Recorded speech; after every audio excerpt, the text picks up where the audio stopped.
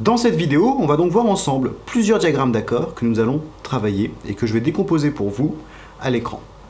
On va commencer avec l'accord qui est sans doute le plus facile et un des premiers accords que tous les débutants apprennent, le Mi mineur. Voici à quoi ressemble le diagramme et on va le décomposer ensemble. On peut constater que les trois cordes aiguës sont jouées à vide, ainsi que la corde la plus grave. Tout ce qu'il nous reste à faire, c'est à placer deux doigts de la main gauche sur les cordes 4 et 5 en case 2. Pour ça, on va utiliser l'index sur la 5e corde et le majeur sur la 4e corde. Vos doigts seront assez rapprochés, donc faites bien attention à bien les placer près de la frette et à bien les arrondir pour ne pas toucher la corde qui est en dessous. Une fois que vos doigts sont placés, vérifiez que toutes les notes sonnent correctement. Pour cela, on va tout simplement gratter les cordes une par une. Si toutes vos notes sonnent correctement sans friser, sans buzzer ou autre, vous avez réussi votre accord. On va tout de suite voir un deuxième exemple à bien travailler ensemble, le La mineur. C'est celui qu'on a déjà vu dans la partie précédente, mais là, je vais vous donner quelques conseils pour le réussir. Donc, on a la corde demi-grave que l'on ne jouera pas. La 5e corde, on va la jouer à vide, et la corde aiguë, on la jouera également à vide.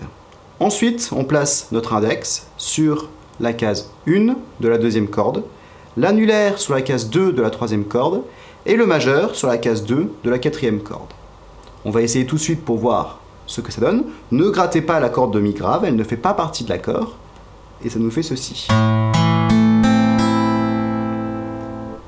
Si vous venez d'essayer, il y a des chances que vous n'ayez pas réussi du premier coup. À mon avis, le plus gros problème que vous aurez, c'est la corde demi-aiguë qui risque de ne pas sonner, ou peut-être la 2e corde qui ne sonnera pas. C'est ce qui arrive si votre doigt n'est pas assez arrondi et qu'il vient toucher la corde qui est en dessous. Ça ne sonne pas. Auquel cas, il faut bien enlever votre doigt et le replacer le plus arrondi possible, bien avec le bout du doigt, pour vous assurer qu'il ne gêne pas la corde en dessous. Ça va vous prendre plusieurs essais.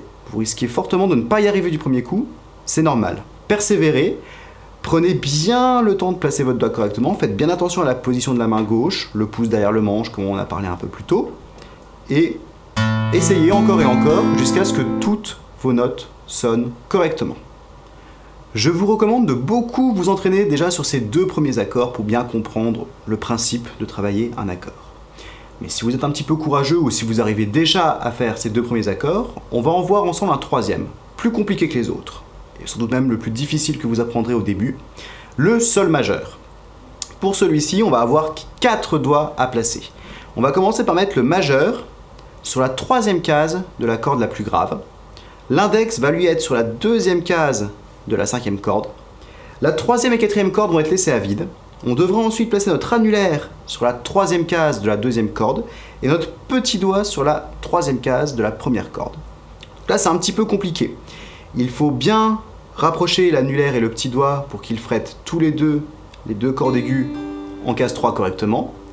Il faut bien faire attention à ce que le majeur ne gêne pas la corde qui est en dessous et que l'index ne gêne pas la corde qui est en dessous non plus. Si vous arrivez à faire tout ça, ça vous fera un sol majeur. Si vous n'y arrivez pas, il faudra réessayer encore et encore de bien arrondir vos doigts, comme pour les exemples précédents, jusqu'à ce que tout sonne correctement. Encore une fois, c'est un accord difficile, donc ne vous étonnez pas si vous n'y arrivez pas du premier coup. Essayez encore et encore d'optimiser le placement de vos doigts, de les arrondir le plus possible, jusqu'à ce que vous y arriviez. Vous aurez beaucoup d'autres accords à apprendre en tant que débutant. Le principe est toujours le même. Vous prenez le diagramme d'accord, vous placez vos doigts, vous vérifiez que toutes les notes sonnent correctement. Et si ça ne sonne pas correctement, vous corrigez la position de vos doigts en arrondissant bien les doigts. Si ça sonne correctement, vous recommencez encore et encore et encore. N'oubliez pas, comme je l'ai dit précédemment, que la clé de la réussite à la guitare, c'est de répéter encore et toujours les mêmes exercices.